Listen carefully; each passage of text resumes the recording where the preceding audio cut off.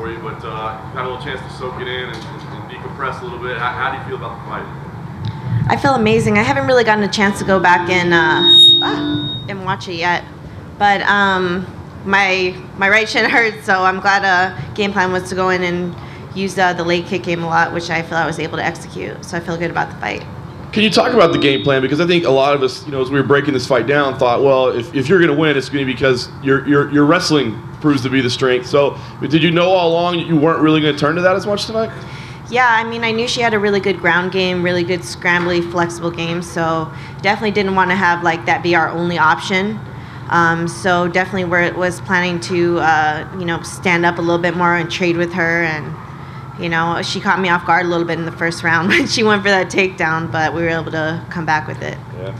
You're always pretty polite leading up to a fight, but now that it's in the rearview mirror, I mean, can you admit that maybe there was a little chip on your shoulder? I mean, here's this girl that's, only been fighting a year and a half, and she seems to be the it thing, and, maybe you weren't getting the respect you deserved? Yeah, people kind of say that, but for me, I don't really look at it that way. I just love to fight, and for me, even being an underdog is not just motivation. I don't really take it as a negative. It gives me more reason to prove people wrong.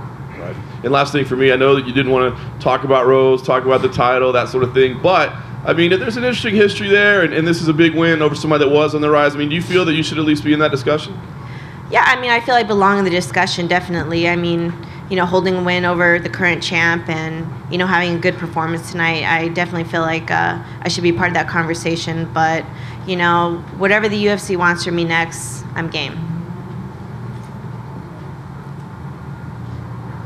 Cynthia was fairly vocal after the fight. She was standing outside of the octagon, sort of calling it bullshit. Just did you see that, and what were your thoughts when you saw that? Yeah, it's kind of crazy. You never know what the judges are really going to say, and so when you're waiting for that decision to be announced, you're kind of but I mean, I felt I had definitely got the last 2 rounds, and yeah, when I was talking to Joe, I heard some boos, and I was like, are they booing for me? What's going on? But my coaches said she was actually I won that, kind of to the crowd, and they were like, nah, that's not the case. And then my coach was like, raise your hands right now when we walk out. Everyone was like, yeah. So, Well, and just on that sort of topic, I mean, I know you guys try to block out whatever you can, but the crowd seemed firmly on your side throughout the fight. I mean, did you hear that? Were you conscious of that? Not too much. I actually, I heard one of the fans say something like, step to your right, step to your right. I was kind of like, okay. But overall, I hear the crowd a little bit. I definitely kind of try and tune it out and focus on my coach's voices, though.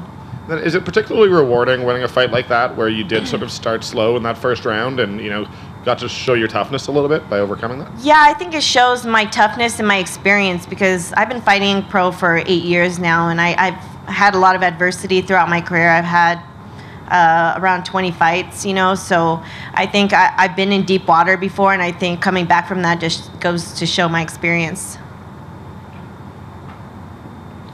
Carla, at the end, the first round, you kind of spent a lot of time on your back, but at the end of the round, there was a sort of wild scrambling affair where you got on top and the crowd seemed to really be in your favor. Could you feel the momentum change at that time, and then how did that really help you go into the second and third rounds? Yeah, I mean, I felt the momentum change, but I definitely knew I had to go and come out strong in those last 2 rounds. And, even though she was in top position and, probably in the eyes of the judges, gave her that round, I felt that, I definitely was worried about her ground game. And, obviously if she's in that dominant position and couldn't really hurt me too much, I felt confident going back to the ground with her. Hi, Carla, to your left. Obviously the story of the night is what you were able to do on your feet, but there were a couple of takedowns that you secured that were kind of nice punctuators. In your mind, in the middle of a fight like that, do you feel like when you hit those takedowns, whether or not it stays on the ground very long at all, that's actually a nice punctuator for the judges that could have, really made a little extra impact? Definitely. I mean, takedowns are huge. It's hard to really know what judges, kind of score more or less, but to me, hitting a takedown is a little bit harder than, hitting out one successful jab or something. I mean, it's a lot of work. You're getting that that position. So yeah, I definitely feel that the judges look highly on that, but you never know. Depends where you're at too, because I've had a fight before where I had a lot of takedowns and the judges weren't really taking it into account. Hey Carla, that was the first loss of Cynthia's career.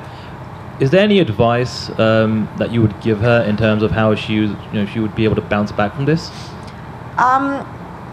I guess it's hard to give her advice because she's been fighting a relatively short time professionally, and I've seen like a big improvement in her game.